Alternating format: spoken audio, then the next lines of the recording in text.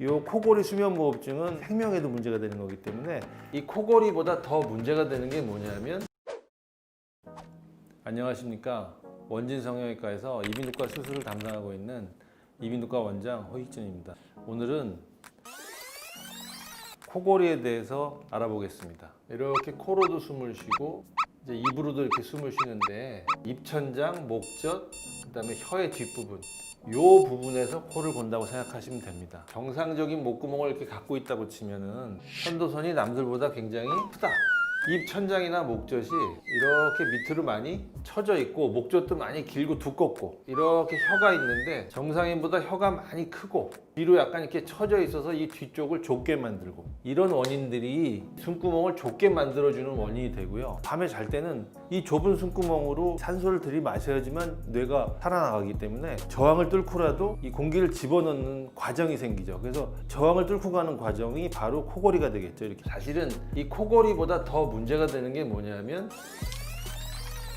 수면무호흡. 숨을 안 쉬는 경우가 생깁니다. 처음에는 주무시다가 잠깐 1, 2초도 안 돼서 바로 깨시는데, 이게 시간 자꾸 들어 적응이 되다 보면 계속 늘어나게 되는 거예요. 문제점이 뭐냐면은 이 뇌에서 스트레스 호르몬이라는 게 분비가 되거든요. 혈관 안 벽에 기름 찌꺼기나 딱지를 갖다가 계속 축적시키는 게 바로 스트레스 호르몬이거든요. 근데 물론 이게 하루 이틀 쌓여 오는 건 아니고 계속 쌓이면서 오게 되겠죠. 가장 큰 문제가 뭐냐면 바로 뇌졸중이죠. 심장은 협심증, 심근경색. 이 코골이 수면무호흡증은 나중에 이 환자분의 어떤 생명에도 문제가 되는 거기 때문에 반드시 검사를 하셔서 체크하는 게 좋은데요. 이 코골이의 진단은 의외로 그렇게 어렵지가 않습니다. 수면 가원 검사라는 검사가 있는데요. 이제 주무시면서 손에다가 끼고 하룻밤만 주무시면 숨을 안 쉬고 몇 번이나 안 쉬고 이런 횟수가 나오는 검사가 있습니다. 그래서 수면 무호흡의 이 무호흡증이라는 게 정의가 뭐냐면은 보통 10초 이상 숨을 안 쉬는 거를 수면 무호흡증이라고 그러는데요. 이 수면 무호흡증의 이 정도를 보는 게 보통 5에서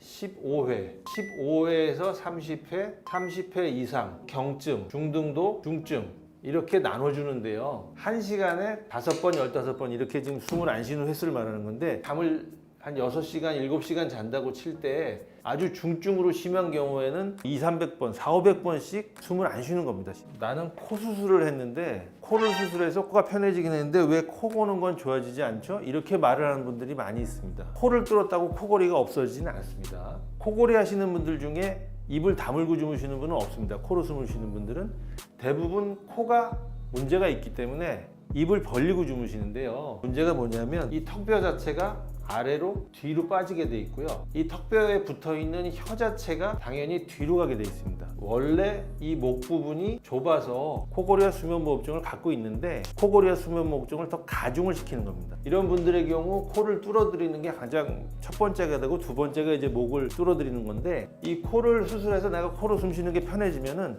의식적으로 자꾸 이제 잠들기 전 주무실 때 자꾸 입을 다물면서 주무시는 습관을 들이셔야 돼요.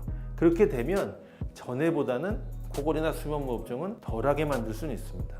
오늘은 코골이에 대해서 알아봤습니다. 감사합니다.